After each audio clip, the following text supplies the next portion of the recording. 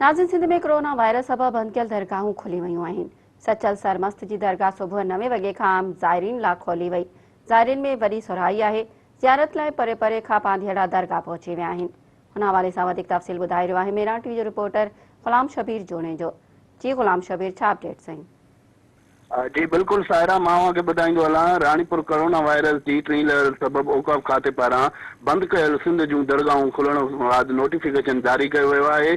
सिंध जे मशहूर हफ़्त ज़बान शाइर हज़रत सचल सरमस्त जी दरगाह ज़ाइरीन लाइ आम ज़ाइरीन लाइ SOP तहत खोली वई आहे। मां के ॿुधाईंदो हलां, औकाफ खाते पारां दरगाह हज़रत सचल सरमस्त ते मुक़रर कयल मैनेजर मुनीर अहमद चन्नू दरगाह हज़रत सचल सरमस्त जा दरवाज़ा खोले दुआऊं पिणु घुरियूं। ऐं मां खे इहो ॿुधाईंदो हलां, परे परे खां ज़ाइरीन जेके आहिनि उहे ॿाहिरि बीठल आहिनि। जीअं ई गेट खुली आहे त SOP तहत हज़रत सचल सरमस्त जे मज़ार ते वॾे तइदाद में रश थी रही आहे। ऐं मां इहो बि अव्हांखे ॿुधाईंदो हलां त दरगाह सचल सरमस्त ते परे परे खां जेके ज़ाइरीन दुकानदार आहिनि उहे पिणु जेके उते ख़ुशीअ जी लहर करे रहिया आहिनि। ऐं इहो दुआउनि जा दर जेके आहिनि सिंध में हिकु भेरो ॿीहर खुली रहिया आहिनि, जंहिं करे वॾे तइदाद में ख़ुशीअ जी लहर छायल आहे दराज़नि में। जी ग़ुलाम शबीर, अमां जी महिरबानी।